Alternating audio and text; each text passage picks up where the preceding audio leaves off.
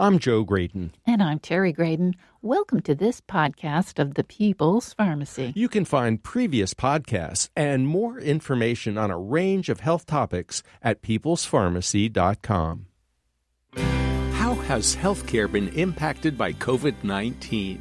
Have some people been billed because they were negative for the virus? This is the People's Pharmacy with Terry and Joe Graydon.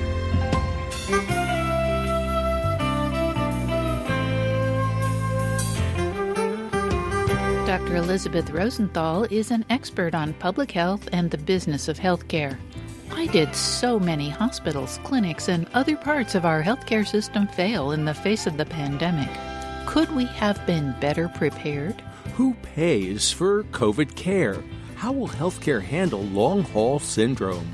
Is it time to reconsider how we pay for healthcare? Coming up on the People's Pharmacy, how healthcare could focus again on healing instead of profit.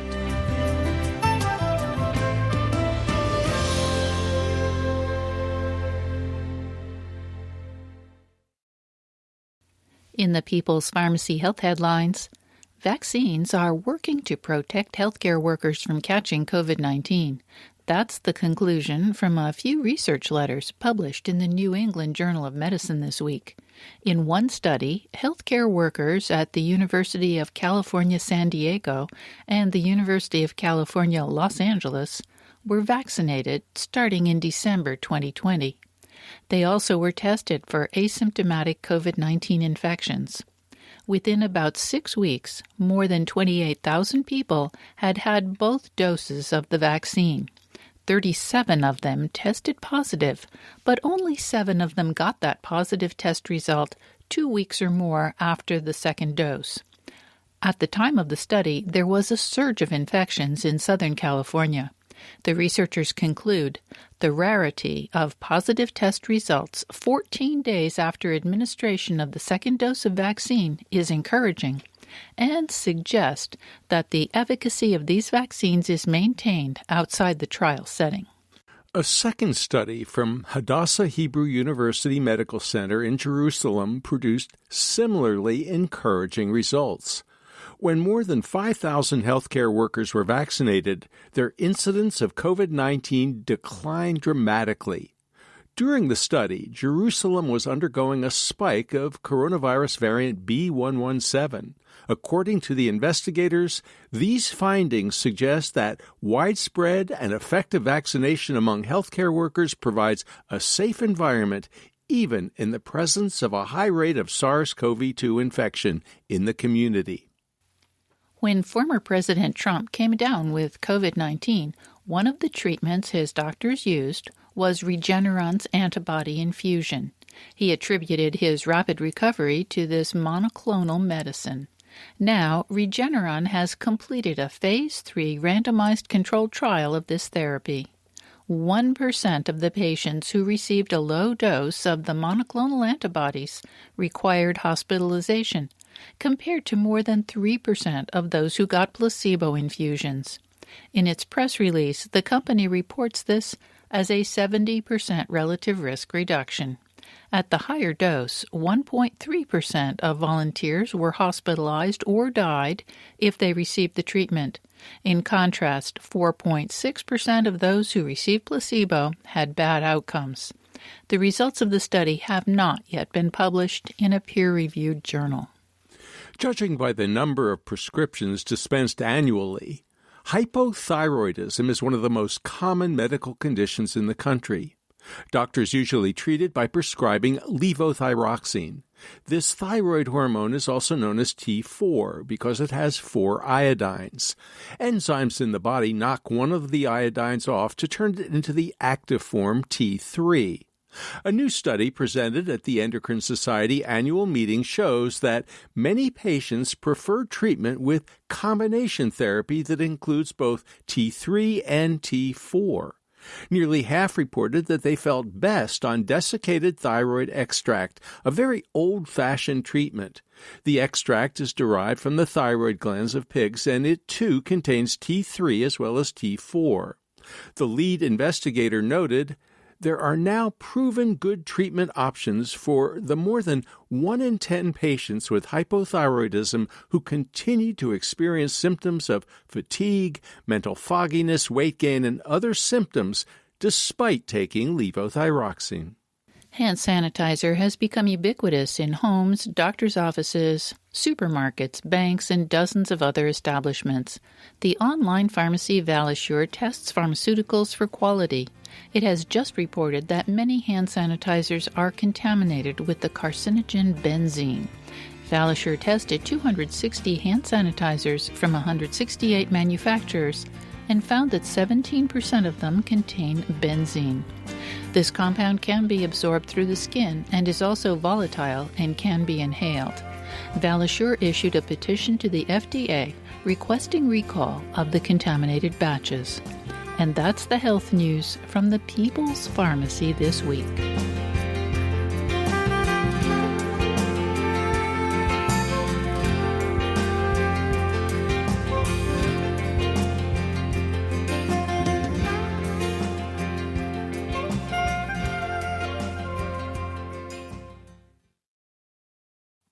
Welcome to the People's Pharmacy. I'm Joe Graydon. And I'm Terry Graydon. This week, the United States surpassed 30 million cases of COVID-19.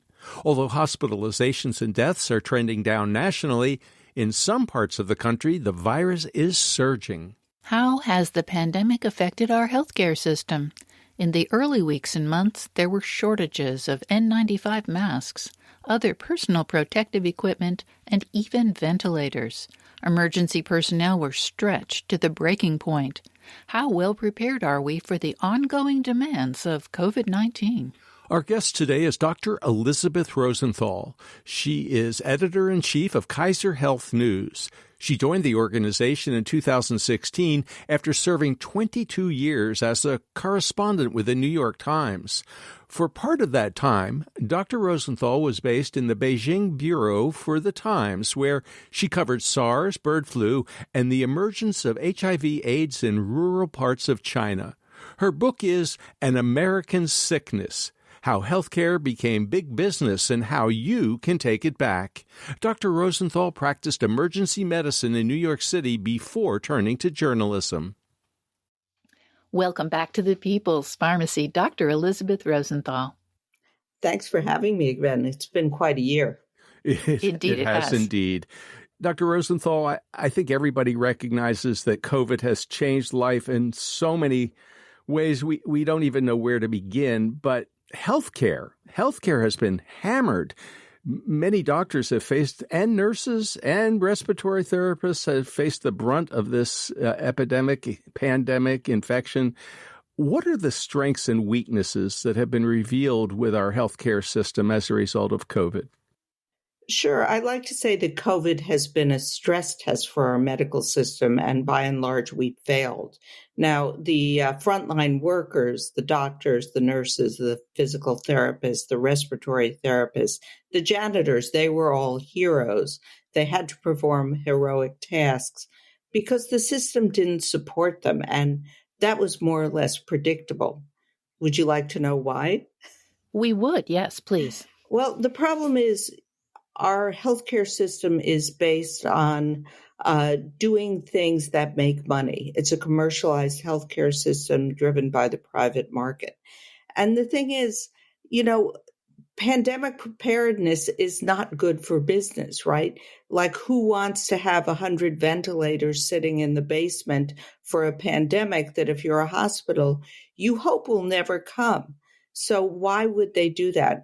People said to me early on in the pandemic, why don't we have ventilators? And, why don't these hospitals have enough ventilators? And the answer is, from a business standpoint, why would they? You purchase the things you think you're going to need in the next few weeks. It's supply chain management, and supply chain management dictates that you have the artificial joints you're going to need, and the stents you need, and the gauze pads you need, but not that you prepare for the unexpected. So we were really caught off guard. Our system was caught totally off guard. Well, Dr. Rosenthal, let alone the ventilators, we didn't have the masks. the N95 masks? Sure, because in a normal hospital setting, you don't use N95 masks that much. You have a very limited supply because you rarely need them. So who stockpiles that? And, what we saw at the beginning of the pandemic for the first few months was like the hospitals pointing at the government and saying, we thought there was a national stockpile, and the Trump administration going, not really. You guys are on your own. And then there was this frantic market-based bidding war, which we saw, which was so horrific, where hospital purchasing people were fighting each other for masks and for ventilators. And what happens in a market? The price of N95 masks went up from $1 to $5. So the rich hospitals could get them. The poor hospitals couldn't. And many places that didn't have good purchasing departments were left telling their frontline healthcare workers to wear plastic bags and reuse masks for months at a time. And one of the projects we did at Kaiser Health News with The Guardian was called Lost on the Frontline, about the 3,500 healthcare workers who've now died as a result of workplace exposure. And our question is, did they have to die? And if we'd had a different kind of healthcare system, many of them probably didn't. Well, Dr. Rosenthal, you've studied the business of healthcare. I'm wondering, how has COVID impacted hospitals and patients financially? Yeah. Another great question. Hospitals, when it came time last year to hand out CARES Act money, the hospitals were wringing their hands because hospitals in our country make money by doing elective procedures, by doing hip replacements, knee replacements, sinus surgery. Those are the big profit items. So, when COVID hit and they had to transform, or were being pushed by their governors often to transform what they did to all COVID care, they were like, whoa, this is going to destroy our bottom line. Treating COVID, having someone in the hospital for 20 days who has pneumonia is not profitable. It's not good for business. So they really resisted canceling those elected procedures. And that was really unfortunate. They really had to be pushed to do so. Then, they went to the government and pleaded poverty and said, oh my gosh, our main sources of income have dried up because of this COVID thing. And we've stepped up to the plate and we did it. We've treated all these COVID patients, and they did. By and large, they did. Some did better than others, but they did. And so they got a whole lot of CARES Act money, which, they maybe did or didn't entirely deserve. What we've looked at recently is that when we looked at the year-end financial statements of hospitals, many of them did quite well. Many of them had pretty good, even though they're charitable organizations and technically not-for-profit, very good profit margins, which they call surpluses. Others lost money. And some, like the Mayo Clinic, I have to applaud because they took money from the government because of the COVID crisis and looked at their finances and said, we really didn't need this much, and so gave a lot of it back.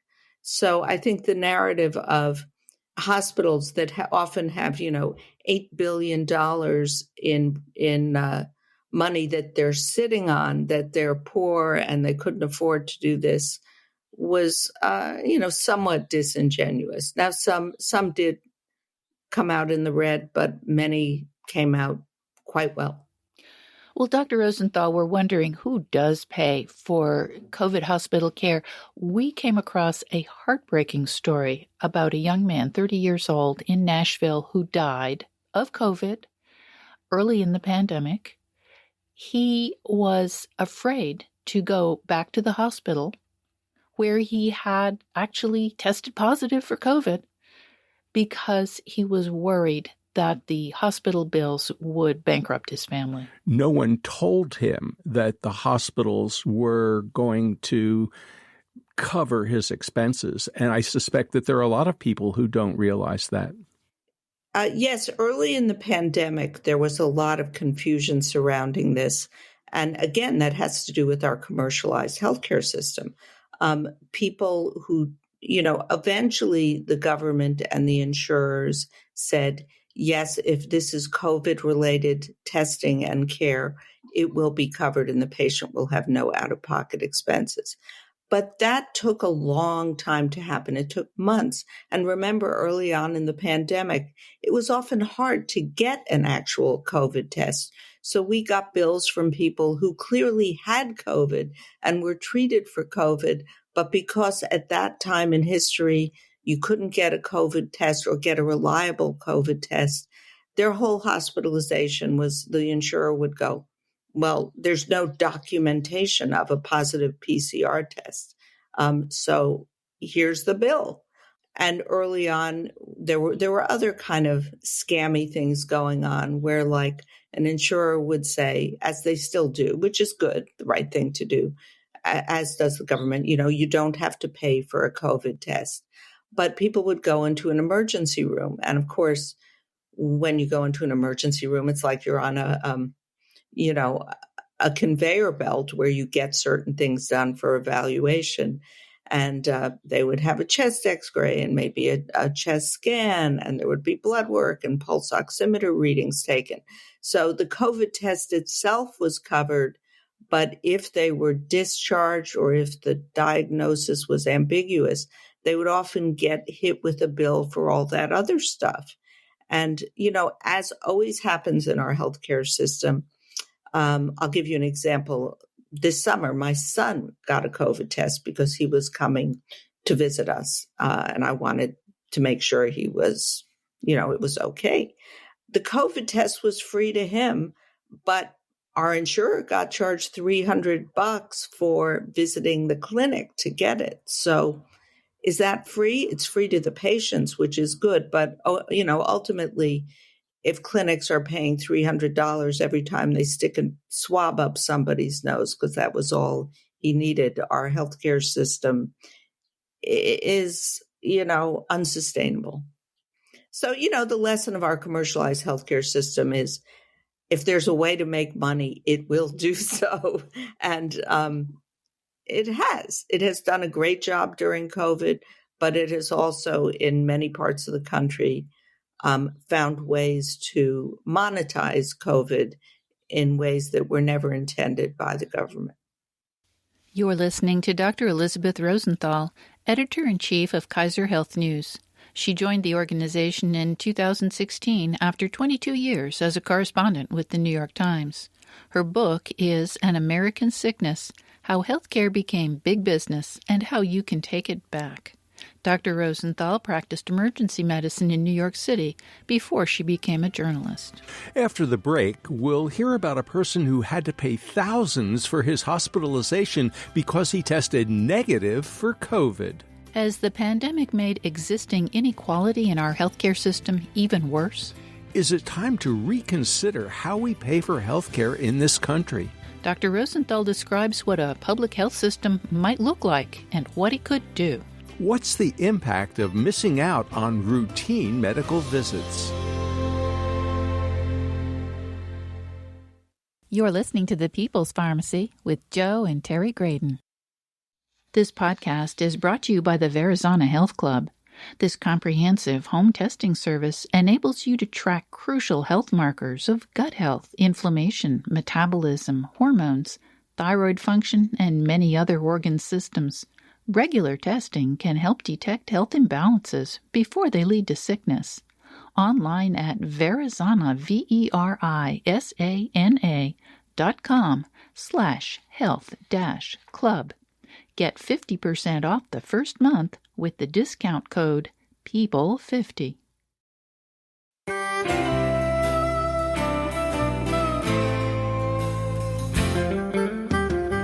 Welcome back to The People's Pharmacy. I'm Terry Graydon. And I'm Joe Graydon. The People's Pharmacy is brought to you in part by CocoVia Memory Plus, a cocoflavanol supplement backed by 4 clinical studies that show significant improvement in 3 different aspects of memory. More information at cocovia.com. Today, we are talking about the impact of the COVID-19 pandemic on our healthcare system. Have patients been saddled with huge bills for their COVID-related hospitalizations? Our guest is Dr. Elizabeth Rosenthal, editor-in-chief of Kaiser Health News. She joined that organization in 2016 after 22 years as a correspondent with the New York Times. During part of that time, she served in the Beijing Bureau, where she covered SARS and bird flu. Her book is An American Sickness: How Healthcare Became Big Business and How You Can Take It Back. Dr. Rosenthal practiced medicine in New York City before she became a journalist. Dr. Rosenthal, you've mentioned that people who tested positive are home free, so to speak, as long as they recover, of course. And that's because the government is paying the bills to the hospital and picking up whatever extra costs there may be associated with this pandemic. But what about people who test negative? We've heard of a number of people who have had classic symptoms. They've lost their sense of taste. They've lost their sense of smell. They have pneumonia. And yet they've been tested and they come up negative. And that was the case with someone who was written up just recently, John Druschitz. He had a $22,368 bill that he received, and he tested negative. So the insurance company basically said, and the hospital in particular said, you're on the hook. You pay up. Yeah, and this was, I don't know when the case you're referring to happened, but, for the first many months of the pandemic, because our country was quite slow to develop its testing system, the COVID testing was quite unreliable or unavailable. I mean, my mom died of COVID in last May, and she never had a COVID test because she was in an assisted living facility, and unless you were admitted to a hospital at the time, you couldn't get a COVID test in New York. But she had all the symptoms, and her doctor said she has COVID. It was in her assisted living facility. So insurers could say, well, we're not sure this was COVID, so why should we cover it? The other thing that we saw frequently happen that resulted in big bills for people was, even if you got a positive COVID test, there was all this other stuff associated with your care that you could be charged for. For example, now we see people with long haul syndrome. Okay, is that going to be counted as part of COVID care? Do we know all of those long haul symptoms are related to the initial COVID? We don't have the answers, and I would bet many hospitals and many physicians will be trying to bill for that, and insurers may or may not pay. And as always happens, the patient will be caught holding the bag unless they fight back. Dr. Rosenthal, as you described to us the differences in the reimbursement that hospitals were able to retrieve, it seems as though this pandemic has exacerbated the significant existing inequalities in our healthcare, and I'm going to put air quotes around, system. Yeah, I would too. Would you comment on that, please?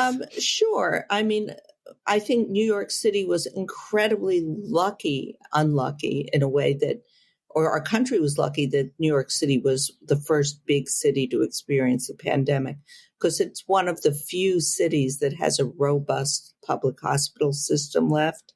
The New York Health and Hospitals Corporation has 12 public hospitals that did a heroic job of fighting a very unknown and new pathogen. So, and they don't care as much as the private players about, who they're going to bill. They need to not go under, but it's not their primary goal to stay solvent. So I think we saw this all across the country, that rich hospitals could do a much better job because they have the ventilators, they have the expertise.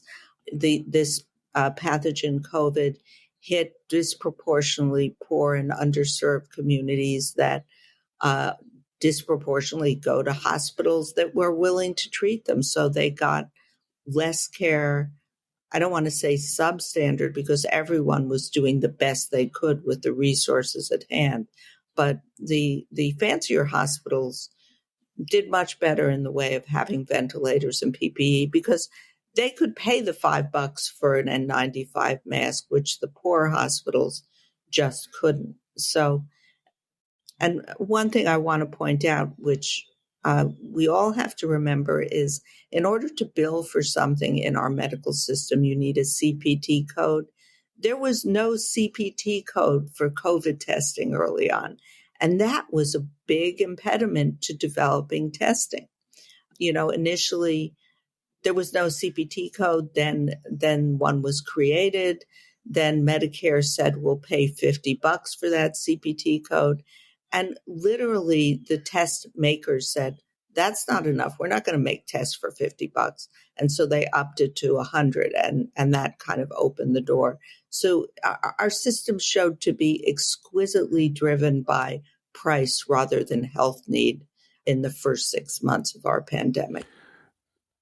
Speaking of price, Dr. Rosenthal, and our healthcare system, the last we checked, uninsured people pre-COVID, it was about 30 million, and then post-COVID, probably higher because so many people lost their jobs and lost their insurance coverage as a result.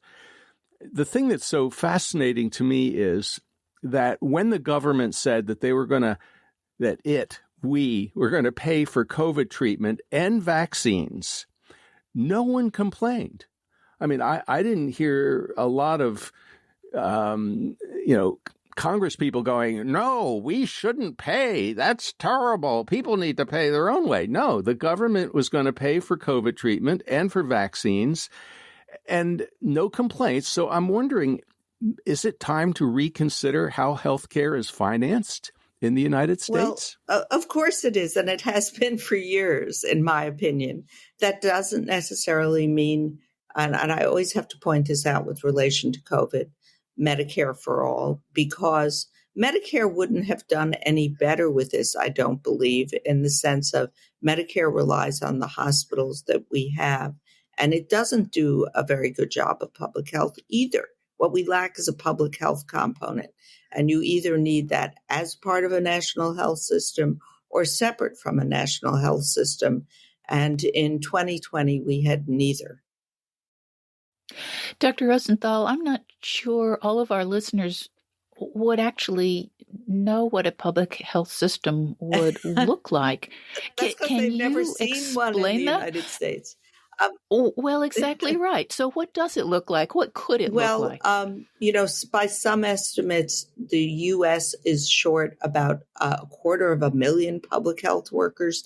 These are the kind of worker bees of public health who track disease at the state and local level, who go out and do contact tracing. They also test your water supply. They test food for food contaminants.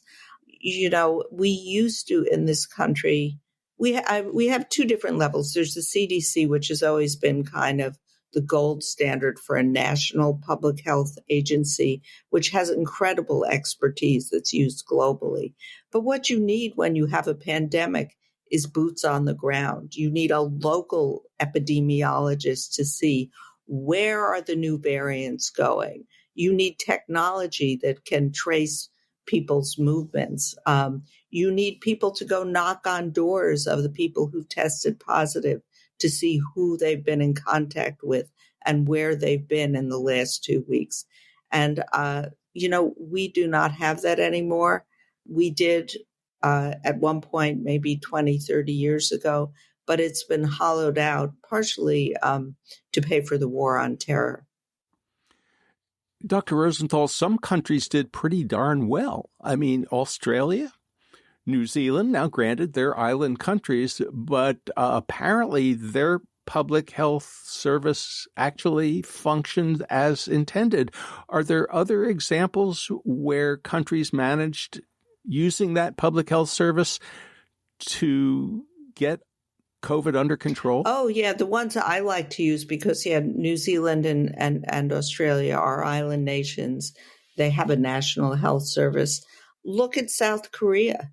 It doesn't have nationalized healthcare. It has privatized healthcare, but it has a national public health program. The minute they saw COVID hit, the government called in a whole bunch of private companies that developed tests and said, we'll buy them, develop them. So there was a market. They created a market right away.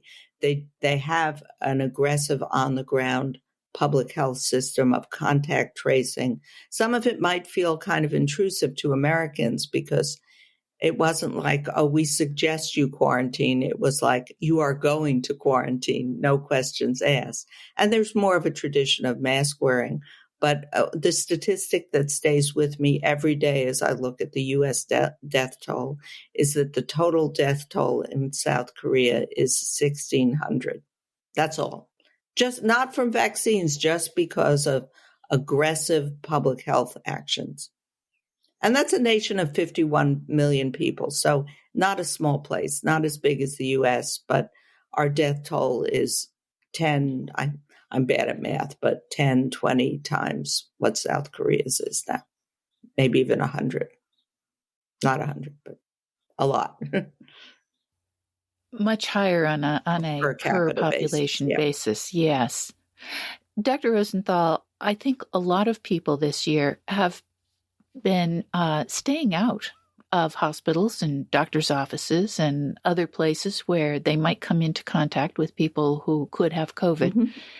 So the question is, has missing routine medical visits had an impact on health overall for the past year or so? Well, I think there are going to be so many interesting questions that come out of COVID this year of pandemic and interesting answers. Certainly some people have missed needed care, and much of that care, when possible, has been supplanted by video visits and virtual medicine, which in some cases are probably just as good as the physical in-person care, but in many cases are kind of, bush league care or second-tier care.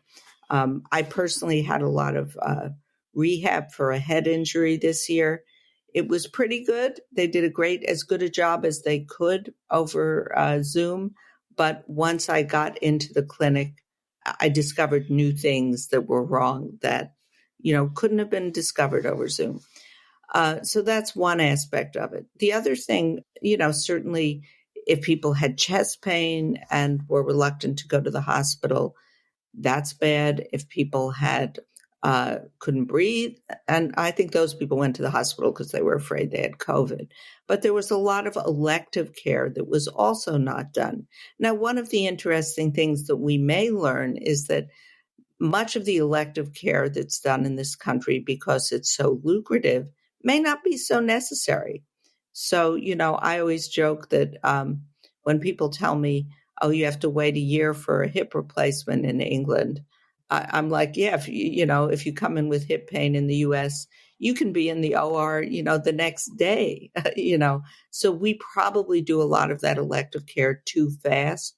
What we may learn is that some of the elective care, if you delayed it for 6 months or a year, the body got better. You really didn't need that intervention. So I think it's going to be a real mixed bag, but there are certainly some people, cancer patients, heart patients, whose care was probably delayed because of the urgency of COVID. Although most hospitals, kept at least that emergency care going. It was mostly the elective procedures that were postponed.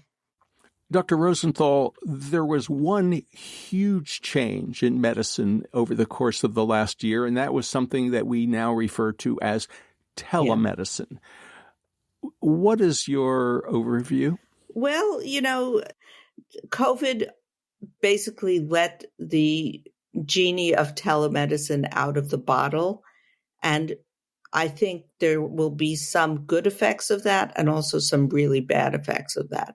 I mean, basically what happened because of COVID is that a lot of insurers who previously wouldn't cover telemedicine or would only cover it in a very, very limited way, had to open the floodgates and say, we're going to count a telemedicine visit as an in-person visit because we don't want everyone going into doctors' offices right now. And that was a good thing. That was the right call. But, it depends how telemedicine is monetized and used. I think telemedicine in and of itself is neither good nor bad. It's the using that will make it so, how you use it. So, for example, just a tiny example, someone has a rash, and this is a real example from one of my kids. They always send me pictures of every rash on their bodies. So a kid has a rash. I say, that looks like it could be zoster. You better call your doctor. So said child calls the group practice, has a telemedicine visit, ka-ching, $300, where the doctor says, I can't tell over the telemedicine. You have to come in to get a check, ka-ching, another $300. Now, the first visit was not worth the same as the second visit, but it was billed the same. And so I think what we have to decide as we move forward with telemedicine is when is what I would call screening calls. What are they worth? Should they be reimbursed? Now, doctors will complain that often in the past they did these calls for nothing, for free, which I think probably isn't quite fair unless you build that into the visit that comes later. So it's going to be a matter of how we monetize it and how we use it. If we use it for good, it will be good. If we use it for just to make money, it will be bad. One of my favorite PR emails I've gotten over the last month was about the creation of virtual waiting rooms for telemedicine visits. I'm sorry, that's just, I can't see it. I'm perfectly happy sitting and listening to music in my bedroom while I wait for a telemedicine visit to start. I don't need a waiting room. You're listening to Dr. Elizabeth Rosenthal. She is editor-in-chief of Kaiser Health News. She joined the organization in 2016 after 22 years writing for the New York Times. Her book is An American Sickness: How Healthcare Became Big Business and How You Can Take It Back. Dr. Rosenthal practiced medicine in New York City before she became a journalist. After the break, we'll talk a bit about the long COVID problem. How did medicine and our whole healthcare system go from a focus on healing to a focus on profit? How will the disruption the pandemic caused affect the healthcare system in the future? Will there be an opportunity to shift its focus? What have we learned already, and what should we learn from this pandemic in the future?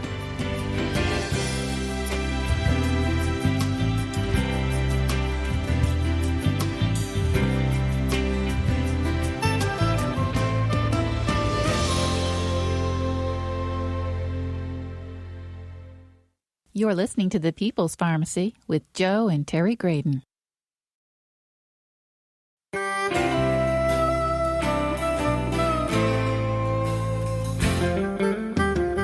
Welcome back to The People's Pharmacy. I'm Joe Graydon. And I'm Terry Graydon. The People's Pharmacy is brought to you in part by Kaya Biotics, probiotic products made in Germany from certified organic ingredients. KAYABiotics.com. Our topic today is the impact of COVID-19 on our healthcare system. What weaknesses has it revealed? How will doctors deal with post-COVID syndrome? As many as 1 million people may be affected with long-haul COVID. How will that affect healthcare in the future? Our guest, Dr. Elizabeth Rosenthal, is editor-in-chief of Kaiser Health News. She joined that organization in 2016 after 22 years as a correspondent with the New York Times. For a time, she was based in the Beijing Bureau, where she covered SARS, bird flu, and the emergence of HIV/AIDS in rural parts of China. Her book is An American Sickness: How Healthcare Became Big Business and How You Can Take It Back. Dr. Rosenthal practiced medicine in New York City briefly before turning to journalism. Dr. Rosenthal, a lot of people are suffering from something called long COVID or long hauler syndrome or post-COVID syndrome. However you describe it, these are people who have fatigue, they're short of breath, they have brain fog, and we don't understand it. We don't quite know what to do about it. Not only is there going to be a question of cost and who's going to pay for rehabilitation, whatever that may look like, I wonder if you can give us some sense of what the healthcare system does when they have a mysterious condition and a long period of rehabilitation. Well, I think the COVID long haul question, there's still so much to be answered about that, including, for example, if you have long haul symptoms, can you get disability, long-term disability, which the jury's still out on that because we don't know what it is. It's a bit like the issues with chronic fatigue syndrome, chronic Lyme syndrome. We know that there is something quite real there, but it's poorly defined, and we don't quite know who qualifies, who falls into that category, partly because, when you're in the hospital for a month on a ventilator, you will experience symptoms for months. It will do damage to your lungs. So is that COVID long haul, or is that recovery from being on a ventilator? There's a lot we don't know. So I think many questions to be answered on that front, especially for the people who had very mild COVID symptoms when they actually had COVID and then months later develop cardiomyopathy, a heart problem, or breathing problems, or, whatever. Dr. Rosenthal, your book, An American Sickness, How Healthcare Became Big Business and How You Can Take It Back, really lays out the situation that we're in.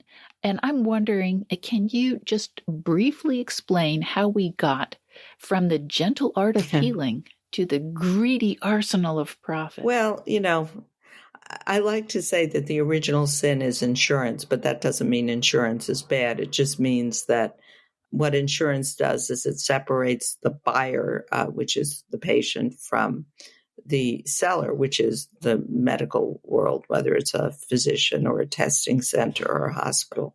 So we became over time very price insensitive. And of course, if we're price insensitive in business terms, what happens is, if the patient's not paying, the hospital is like, I don't know, why don't we just try raising the price 500% and see if we still get it? And often they do because, insurers are, we like to say my insurer is in my corner, but they're really not. They take in premiums and they pay out claims. And as long as they can keep raising premiums, they don't really have a ton of incentive to really bargain hard on prices. And I think what's happened in the last 5 years, which has made us ready for significant change, is they couldn't keep raising premiums. So they started doing more co-pays, co-insurance, high deductible plans. And so now we're really feeling those prices. And that's why I think there's this massive movement to address them and say we need to do something about drug prices, about these hospital bills. What we want to do is going to be the big challenge for the new administration. Well, in fact, I want to ask you about change. Does the incredible disruption that we have all experienced as a result of the pandemic just going to exacerbate the existing trends, or does it offer us an opportunity to actually change direction? Could be either. I think, one thing coming out of pandemic is, hospitals and pharma have a good PR story, right? They were heroes. They stepped up to the plate. Vaccines got developed. They closed down elective surgery, opened all these ICU beds, got us through the pandemic. So, for example, when President Trump's executive order on to hospitals saying you have to show all your negotiated prices with insurers. That was supposed to go into effect in January.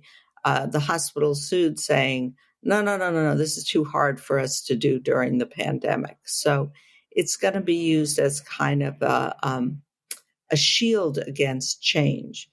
On the other hand, from the patient perspective, I think we've seen that change is needed more than ever because of all the holes the pandemic revealed in our system, in our current system, and because there are, so many people lost their jobs. So now the number of uninsured people has gone even higher. It had gone up, I think, about 2 million between 2016 to 2019, just under the Trump administration because of its restrictions on ACA enrollment largely. It's gone up a lot more during pandemic. So I think hopefully we realize we need a better solution. Unfortunately, President Biden has proposed, not unfortunately that he's proposed it, but President Biden has proposed a public option. He's proposed Medicare drug price negotiation.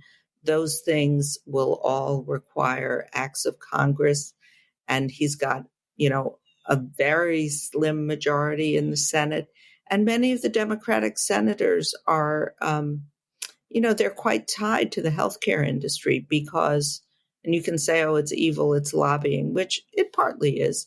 But another part of it is for most senators and congressmen, their local hospital is the biggest employer in their district now. So are they going to really say, we're going to go to a public option? Are the pharma companies who've now produced these wonderful vaccines that have gotten us out of pandemic, going to say, yeah, now's the time to we're willing to negotiate drug prices for Medicare? There's already, if you watch cable TV, huge pushback by those two industries against any of the Biden proposals. So, and they will take congressional approvals. So it's going to be quite a battle. Dr. Rosenthal, when you mentioned drug prices, you're in our wheelhouse. And I've been fascinated because I think everybody has looked at warp speed vaccine development, and they've been, astonished at what has been accomplished. And if the vaccines are effective against the variants and we can say goodbye to the pandemic, it will be one of the greatest developments in the history of modern medicine. But there is this darker side, and that is the cost of our medicines, especially what we refer to as the orphan drugs. Drug companies have come up with some really astonishing improvements in treatments of cancer and multiple sclerosis and a variety of autoimmune disorders. And yet when you see those commercials on television and then look at the prices, $5,000, $10,000 a month and up, this is going to break not only the insurance industry, but the healthcare system if these prices keep skyrocketing. Yeah, and I think everyone knows that fact, but doesn't know what to do about it. And, while I completely celebrate the innovation that produced this, a whole bunch of vaccines, I think we should remember none of these companies did this out of the goodness of their hearts. The scientists probably did, but they were paid by BARDA through Operation Warp Speed. BARDA is a defense agency. They got billions of dollars to subsidize the development and production of these vaccines, and got guaranteed purchase agreements. So they knew they were going to sell them if they worked, right? So amazing that they did it, but they were paid to do it. And so to me, that is almost separate and irrelevant to the question of orphan drugs and high prices for other drugs, which we really do need to tackle. I wrote a story for the New York Times a few weeks ago about here are a few things that President Trump tried to do in healthcare that we should keep. Now, former President Trump tried to repeal the ACA multiple times. He kneecapped it in every way he could, but he did try at one point to require those drugs that advertise on TV to put prices on their ads, right? So at the very least, small step, you could see that this thing that, was going to allow you to, climb mountains and see your grandkids cost $10,000 a month. The industry went nuts, sued, and, under their First Amendment rights, that order was denied by the courts, saying your First Amendment rights give you the right to say something or to hide something. And so they were allowed to hide it. So I think we do need to tackle that in a more head-on way. I don't think merely putting prices on ads is enough, but it just showed you how little we now can do and how much pushback you get even for little intervention. So I think, to deal with high drug prices, another thing, Alex Azar, the Trump HHS secretary, was the first HHS secretary to say that importing drugs from Canada was safe and that it would reduce costs. No Democratic HHS secretary had been willing to say that. That opened the door for states. It was at a state-based level, these programs, to try and use that as a kind of workaround to our current system. And a whole bunch of states, including Florida, Colorado, and Maine, now have proposals for programs. We'll see what the Biden administration does with those if they allow them to go forward. There are a whole bunch of barriers and problems, and partly that, Canada's like, why should we give you our cheaper drugs? We need them. That's one problem. But, it is a workaround. It doesn't deal with the essential problem that drug prices in this country are too high for most people to afford, and often high because of patent manipulation rather than, genuine worth. Dr. Rosenthal, we have just a minute or two left in our conversation with you. I wonder if you could just sum up for us, what have we learned, or what should we have learned from this pandemic? What should we be looking forward to in the future? Well, I think lesson one is that we need a public health system. And, we pay a lot of attention to international terrorism, but nature's terrorism, which is out there and people have been warning about for years that there could be a pandemic, we need to have our defenses built up for that. And whether it's through a public program that's part of a national health system or separate, we just need to reinforce that. The second thing, though, is COVID kind of served as a distraction from the work that needs to be done to make our system more affordable and inclusive and make sure everyone has insurance. Again, now the Biden team will be starting fresh out of the gate on that. They seem very intent on doing something, but they have a pretty diverse coalition. Some people want Medicare for all. Some people want a Medicare public option. There remains the huge question of what would a public option look like? And what a public option means is that if you don't like the options available to you on a commercial market or through your employer, you can choose this government plan. So there are a lot of battles to be fought, which must be fought, frankly, to get this system working better for more people and in a more equitable way. That doesn't mean everyone needs Cadillac healthcare, needs the best. But what we see now is that so many people, just don't even have the basic safety net that everyone should have for healthcare, because it always bothers me when we have this discussion about, is healthcare a right or a privilege? And I feel like it's neither. It's something everyone just needs, like water or air. Sooner or later, you are going to need healthcare in order to live. And so unless we're a country that will say to a woman who's 9 months pregnant, who turns up at the hospital we're not going to deliver your baby because you don't have insurance and you can't pay.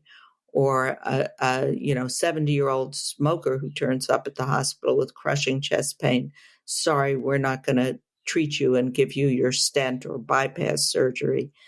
We need to do something different. And I don't think we're that country. I hope we're not that country that would refuse people in that kind of urgent need care.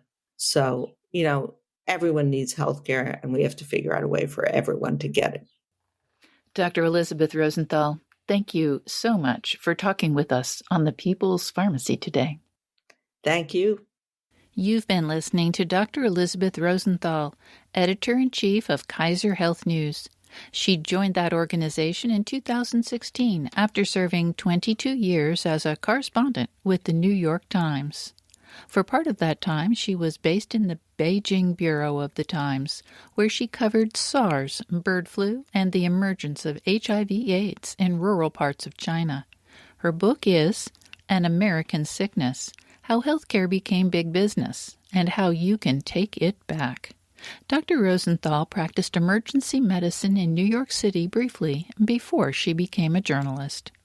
Lynn Siegel produced today's show. Al Wodarski engineered.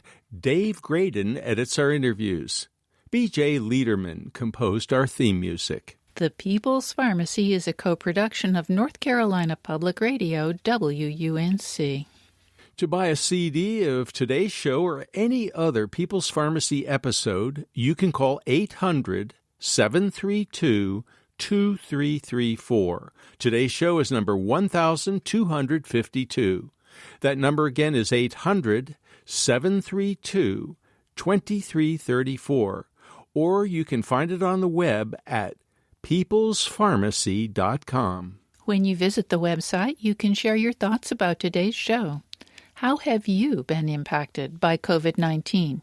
Have you delayed routine medical appointments? Have you switched to telemedicine? Please share your experiences at peoplespharmacy.com in the comments section of today's show notes. You can subscribe to our podcast through your favorite podcast provider. We post the show on our website on Monday morning. You just might want to share it with a friend. At our website, you can sign up for our free online newsletter to get the latest news about COVID-19 and other important health stories. When you subscribe to the newsletter, you'll also have regular access to our weekly podcast. In Durham, North Carolina, I'm Joe Graydon. And I'm Terry Graydon. Thank you for listening. Please join us again next week.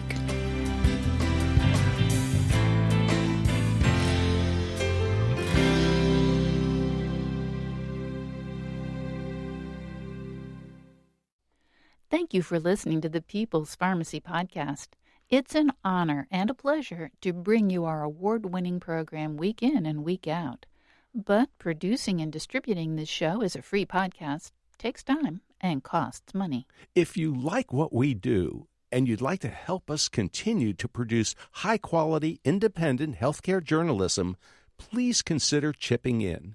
All you have to do is go to peoplespharmacy.com/donate. Whether it's just one time or a monthly donation, you can be part of the team that makes this show possible. Thank you for your continued loyalty and support. We couldn't make our show without you.